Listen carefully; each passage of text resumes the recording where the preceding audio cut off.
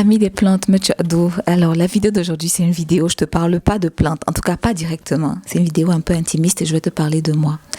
Je vais répondre à une question qu'on m'a souvent posée. Si la vidéo n'est pas très longue, je répondrai à une deuxième question également. C'est la question de savoir pourquoi je parle que des plantes médicinales de la beauté, en tout cas en majorité. Pourquoi je parle des plantes médicinales de la beauté et du bien-être? Est-ce que c'est un choix personnel? Est-ce que, si c'est un choix personnel, pourquoi? Donc je vais tenter de répondre à cette question. Donc si c'est une question que tu t'es posée toi aussi, te demander mais pourquoi Bibiche parle que des plantes de la beauté? Alors je vais te dire pourquoi. C'est pour 3 raisons et je vais te dire donner les 3 raisons dans cette vidéo. Après si tu tombes sur cette vidéo pour la première fois, je m'appelle Christelle Bibiche, on m'appelle comme ça. Je suis arboriste beauté et bien-être. Je suis également botaniste. J'aime aller sur le terrain, surtout étudier les plantes médicinales de chez nous, particulièrement les plantes médicinales d'Afrique, même si voilà, toutes les plantes médicinales du monde me fascinent. Mais j'ai voilà, un gros penchant pour les plantes médicinales de chez nous, que j'étudie quand j'en ai la possibilité, je dirais pas l'occasion, mais quand j'en ai les moyens. Donc quand j'en ai les moyens, oui, je vais sur le terrain étudier ces plantes-là. Je le fais pour le moment dans 2 régions d'Afrique, en Afrique de l'Ouest et en Afrique centrale. Alors la première raison, je crois que c'est parce que j'avais déjà une certaine sensibilité à tout ce qui est lié à la cosmétique, à tout ce qui est lié au bien-être en fait. J'aime le bien-être encore plus, tu vois, parce que je pense que quand on se sent bien, on rayonne naturellement, tu vois. Notre beauté, elle devient éclatante naturellement. Elle le fait, ça devient automatique en fait. Donc, j'étais déjà sensible à ça, tout ce qui est cosmétique, bien-être. J'ai toujours rêvé d'avoir un spa, un institut. Et d'ailleurs, les proches à l'époque me disaient, mais pourquoi tu fais pas un BTS esthétique cosmétique? Ils disaient, non, je vais pas faire ça. Dans tous les cas, j'étais aussi intéressée par ça. Ça, je t'en parlerai. Dans la prochaine vidéo, je vais te parler de mon parcours. J'étais vraiment intéressée par plein de choses en même temps, par mes multiples passions. Voilà, donc ça m'a toujours un peu intéressée la cosmétique et encore plus les marques de cosmétiques qui mettaient les plantes, même si je n'avais pas conscience de la composition des produits à l'époque. Je sais qu'en France, par exemple, quand j'arrive en 2005-2006, je découvre Yves Rocher et j'adore Yves Rocher parce que je vois les plantes sur les flacons de cosmétiques et j'avais jamais vu une autre marque faire ça avant. Donc quand je vois ça, je tombe amoureuse de la marque. J'aime beaucoup les produits Yves Rocher. Bon, je n'avais pas encore conscience de la composition des produits. Est-ce que c'est clean? Est-ce que c'est pas clean? Pas en ce moment, pas cette année-là en tout cas. Et voilà. Et moi, rien que le fait qu'il y avait les plantes là, qu'ils intégraient les plantes, de savoir qu'ils intégraient les plantes, même dans une infime quantité, ça suffisait à ce que j'aime la marque en fait. Il y a une autre marque comme ça, je me souviens plus le nom, qui elle était spécialisée beaucoup plus dans la cosmétique marine. Voilà, j'aime beaucoup comme ça les marques qui mettaient un certain accent entre guillemets sur tout ce qui est nature, qui mettait vraiment l'accent sur la nature. Et Yves Rocher l'a toujours fait dans son discours, tu vois. Même si bon, c'est que la proportion de plantes ou d'actifs est faible dans les cosmétiques, mais bon. En tout cas, voilà. Mais j'avais déjà cette sensibilité-là, donc du coup j'aimais ce genre de cosmétiques. J'ai toujours aimé tout ce qui est massage. Je massais d'ailleurs beaucoup les proches, on me le demande encore parfois aujourd'hui, mais j'évite parfois de le faire. Sinon je fais beaucoup des massages, ça soulage, ça fait beaucoup de bien. Et j'ai toujours aimé aussi tout ce qui est bain de pied, infusion de bain, des choses comme ça. Même quand je me lave, ça c'est depuis très très longtemps, même depuis que j'étais ado. Je peux faire infuser de la citronnelle par exemple. Je fais une décoction de citronnelle, je verse dans mon seau d'eau et je me lave avec. Ouais, j'aime le bien-être, j'adore ça. Donc, il y a déjà une sensibilité naturelle à l'univers de la cosmétique qui fait que je ne pouvais que créer une chaîne dans ce sens-là. Mais pourquoi autour des plantes? Autour des plantes parce que j'ai une maman qui est arboriste. J'ai grandi avec les plantes. Je l'accompagnais parfois en récolter. Quand elle partait, je montais sous ces jupons-là à essayer de récolter les plantes avec elle. Je l'ai vu préparer ses décoctions. Et en fait, c'est des choses qui m'ont accompagnée même quand je suis partie à l'étranger plus tard. Donc, ça m'a accompagnée, ça m'a poursuivie à tel point que même quand je vivais en appartement, j'essayais toujours de me créer un petit potager, de faire des plantes médicinales, des plantes aromatiques, de faire de mes tomates, etc. Ça m'a poursuivi en fait. J'ai toujours fait ça vraiment naturellement sans forcément en prendre conscience, tu vois. Ça m'a toujours poursuivi. Et après ça, j'ai commencé à me documenter beaucoup sur les plantes. Même quand je travaillais, je faisais un boulot qui n'avait rien à voir avec les plantes. je m'intéressais toujours aux plantes. Je me suis énormément documentée sur le sujet. J'achetais beaucoup de livres à l'époque sur le sujet toujours. Je me documentais. J'avais soif d'apprendre. J'avais très envie d'apprendre. Donc, j'ai beaucoup appris sur les plantes médicinales, même si après avoir étudié en autodidacte, je suis allée me former pour avoir la rigueur scientifique que ma mère n'avait pas. Je suis allée me former à l'école des plantes. Et j'ai toujours recherché aussi tout ce qui est nature. Quand on allait, mes meilleurs moments par exemple quand j'étais enfant, c'est quand j'allais au village en vacances. D'ailleurs jusqu'à aujourd'hui j'ai toujours beaucoup de mal avec la ville, je m'adapte mais c'est pas toujours évident. Enfin bref, donc allier nature et cosmétique, c'était, voilà, pour moi c'était quelque chose de naturel et d'évident en fait, tu vois, même si au départ je ne pensais pas en faire un métier. Je t'en dirai plus un peu plus loin dans la prochaine vidéo. Comment j'ai réussi à réunir toutes mes passions en un seul métier, en fait. En tout cas, mes principales passions en un seul métier. Voilà. Mais quoi qu'il en soit, il y avait déjà cette sensibilité. La première raison, c'est vraiment ça. C'est qu'il y avait déjà cette sensibilité, grosse sensibilité à la cosmétique, à l'univers de la cosmétique, à l'univers des plantes médicinales. Tu vois. Alors ça, c'est la première raison, mais c'est pas la principale. C'est pas la raison qui m'a poussée à en faire mon métier par exemple, tu vois. C'est pas la raison qui m'a donné envie de contribuer au monde. Alors la deuxième raison justement c'est celle-là, celle qui m'a donné envie de contribuer justement à ma façon d'apporter ma petite contribution, ma modeste contribution.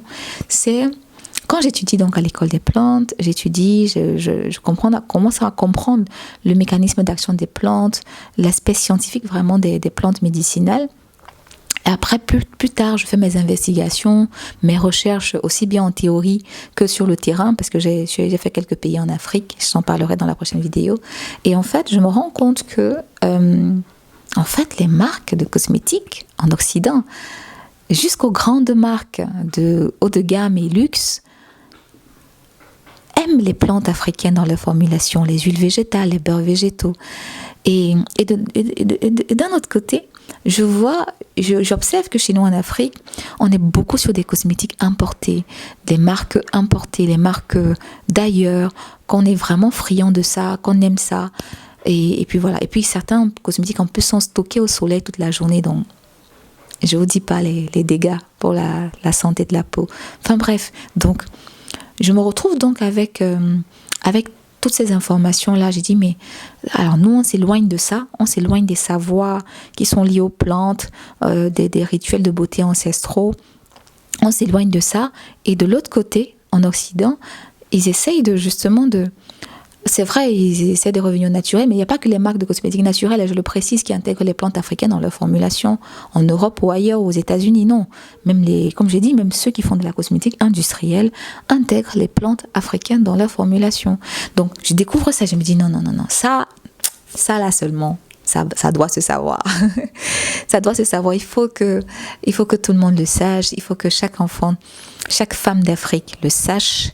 Il faut que je contribue à ma manière à vulgariser ça, que je contribue à faire en sorte que chaque femme d'Afrique puisse se reconnecter avec tous les savoirs, les connaissances autour des plantes qui ont fait la beauté de nos aïeuls, qui ont fait la beauté de nos ancêtres, la beauté des femmes qui nous ont bercés, des femmes dont on a reçu l'héritage qu'on a aujourd'hui.